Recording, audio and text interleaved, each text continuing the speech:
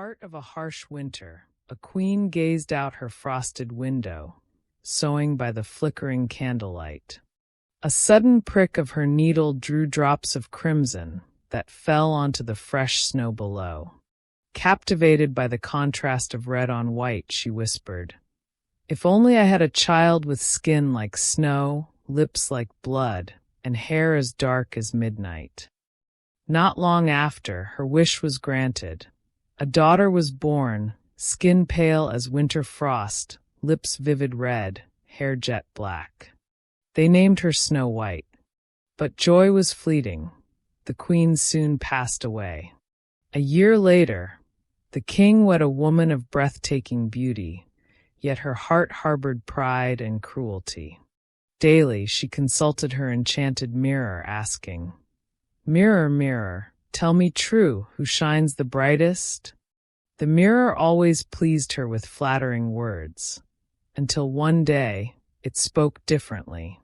Snow White, now 7, had surpassed the queen in beauty. Rage ignited in the stepmother, twisting into deep hatred. She could no longer bear to see the child's radiance. Take Snow White to the forest. End her life and return her heart as proof. The huntsman obeyed, leading Snow White far into the shadowy woods. At the moment the blade rose, her voice trembled. "Please, kind huntsman, spare me. I promise never to return." Moved by her innocence, he released her. "Run, child. Escape and never come back." To deceive the queen, he killed a wild boar, offering its heart as Snow White's. The queen, believing her stepdaughter dead, consumed it. Alone and terrified, Snow White wandered beneath towering trees. Every rustle made her jump. "Where am I? What should I do?" Hours passed, until twilight revealed a peculiar cottage in a clearing. Inside, 7 tiny plates, cups, and beds awaited.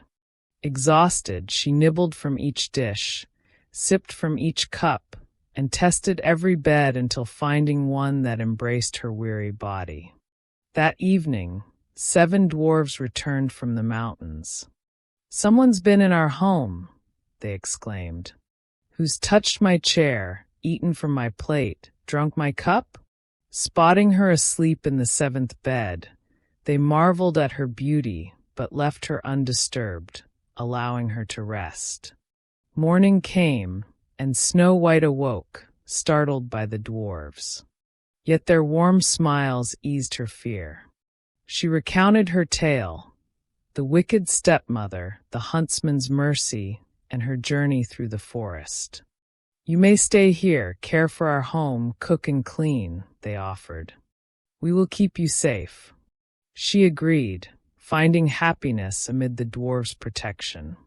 Before leaving each day, they warned, "Do not admit strangers. Your stepmother will surely search for you." Back at the palace, the queen consulted her mirror, horror-struck when it replied, "You are fair, but Snow White beyond the hills surpasses you." Furious, she vowed revenge. Disguised as an elderly peddler, she climbed the mountains and knocked on the cottage door.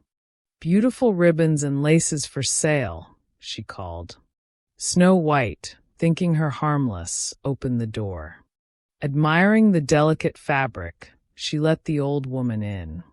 The queen applied accursed lace.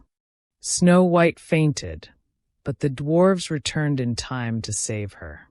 The next day, the queen tried again with a poisoned comb.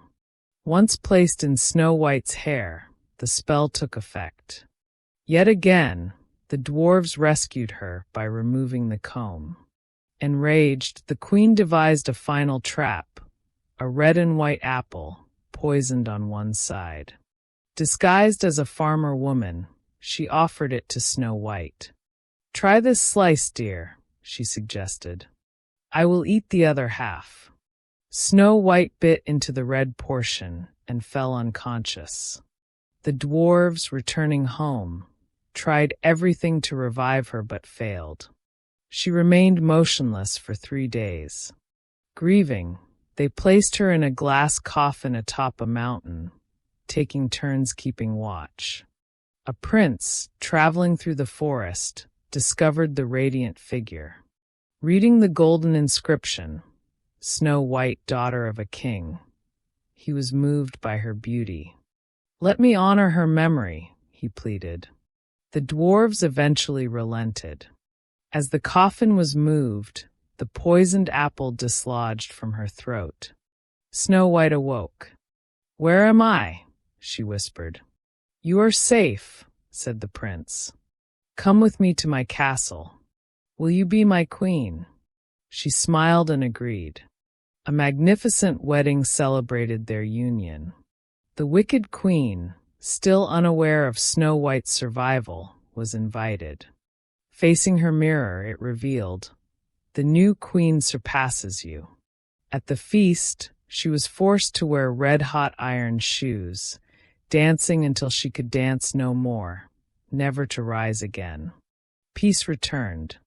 Snow White and the prince ruled kindly, never forgetting the dwarves who had saved her. They remained cherished guests, visiting often. And thus all lived joyfully ever after.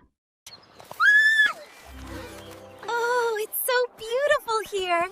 I'm so happy to be with all of you. Everyone, please take what you need. There is plenty for all.